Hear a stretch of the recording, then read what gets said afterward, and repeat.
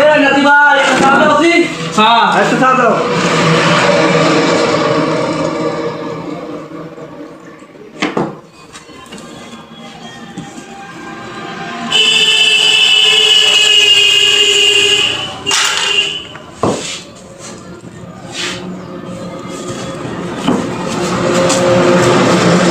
এ নাতি ভাই হ্যাঁ। আর চা নাই আছে